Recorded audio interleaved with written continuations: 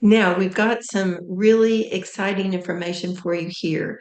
We're going to go over the symptoms that you already know because if you're concerned about it, you've looked it up on the internet, or maybe your child already has a label of this, or maybe you do, and you want to know the possible neurodevelopmental root causes, because if we know the root cause, we can do something about it. So I'm just going to go over these quickly.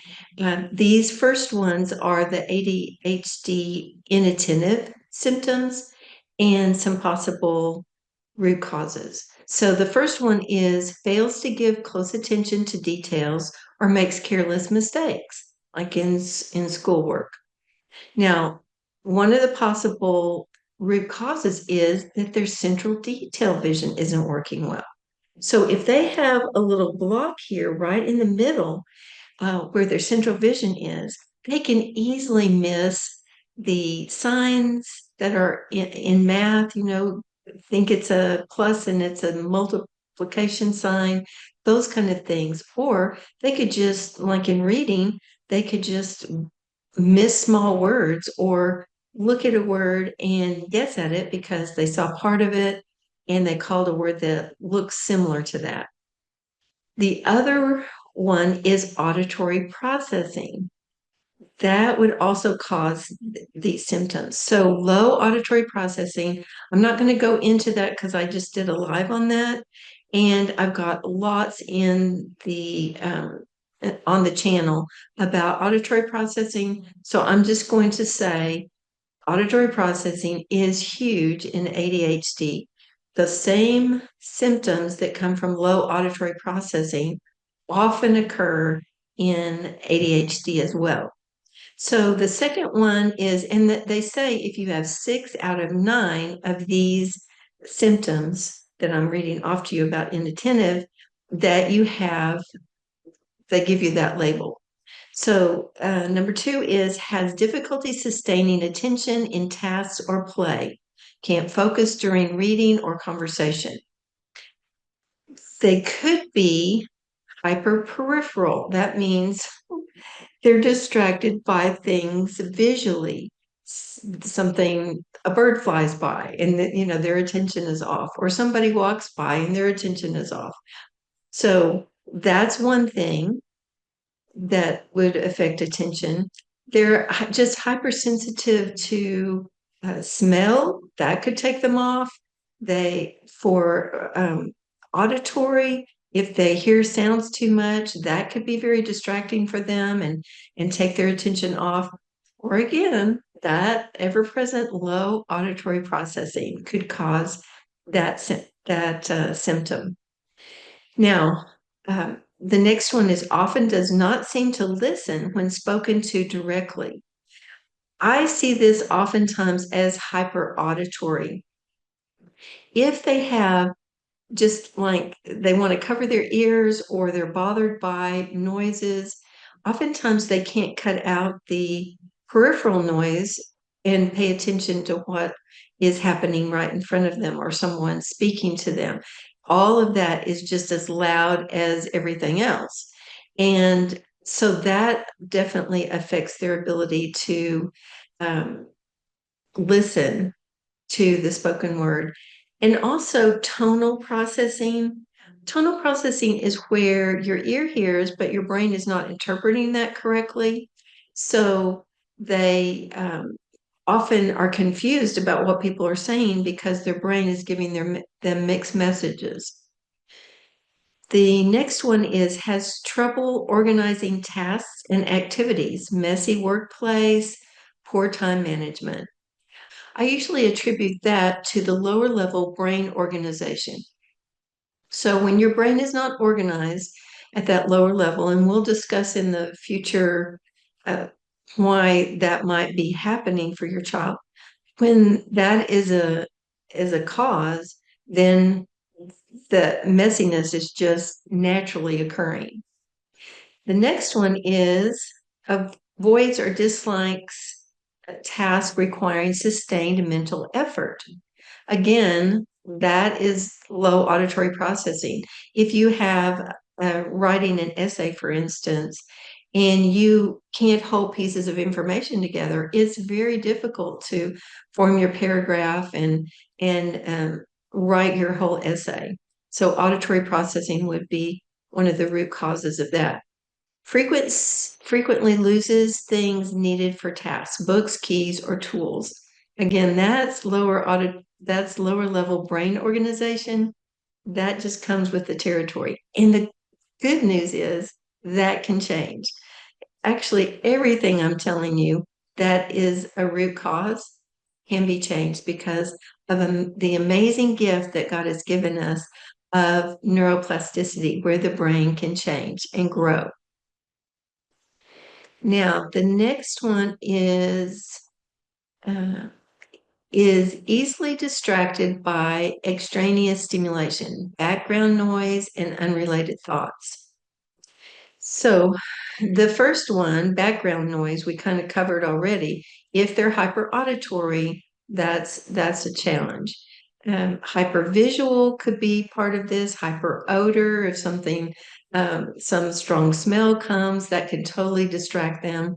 Or if they're hypersensitive to touch, that can also be very distracting. The next one is forgetful in daily activities, misses appointments or forgets chores.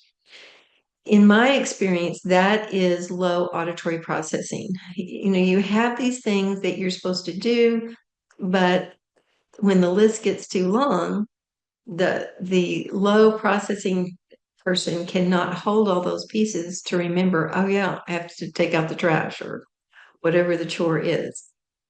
So again, if you have 6 out of 9 of those symptoms, then they're going to give you that label of ADHD inattentive. Now, for hyperactive, the ADHD hyperactive symptoms, again, it's 6 out of the list. So the first one is fidgets with hands or feet or squirms in their seat, taps constantly or can't sit still.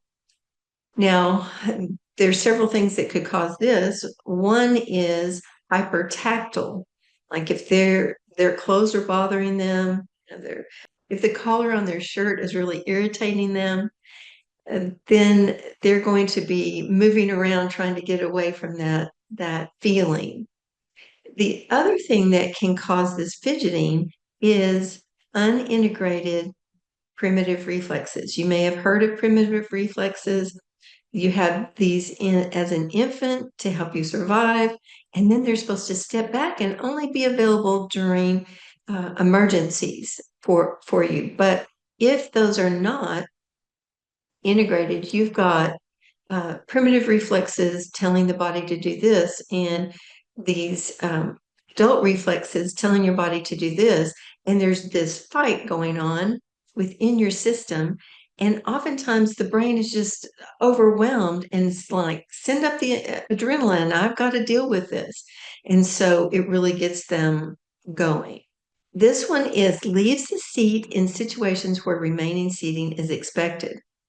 Again, low auditory processing. If you can't hold on to what people are saying, it gets disinteresting for you, and then you want to just move around and do something different.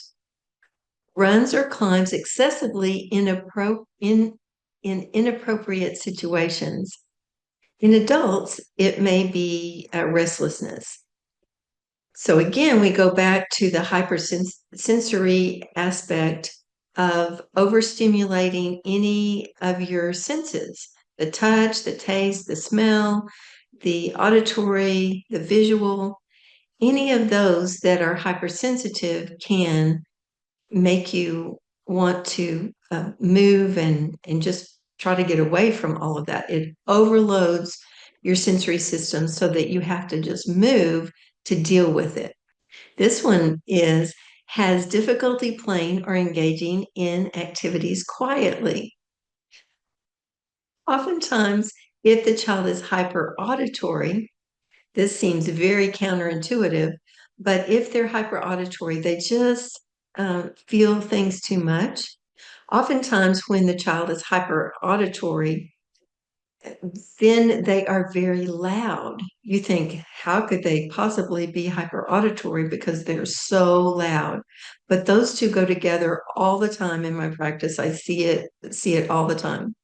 So that's one thing to check is, are they hearing things too much? And typically you can just do that with a whisper test. You just stand a few feet from them, put something over your face, whisper something, and see if they can hear it. If it's something that they shouldn't be able to hear from that far away, then their hearing is hyper.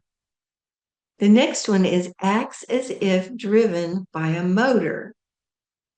Now, this one, I believe, could be chemical. We're both electrical and we're chemical. So if we have a chemical imbalance like allergies, this can cause that just constant need of moving. Or again, the hypersensory, anything in the hypersensory realm can cause that symptom as well. The next one is talks excessively, dominates the conversation, or speaks out of turn. In my view, that's low auditory processing. These are usually really bright kiddos. They've got lots going on in their thinking, and they can't hold on to it long enough to wait for somebody else to get through talking. They just jump in. So that's where the next one blurts out answers before questions are completed. Again, they're smart, but if they wait too long because of their low auditory processing, then they lose it. The next one is has trouble waiting for their turn, cuts in line or grabs items. Again, low auditory processing.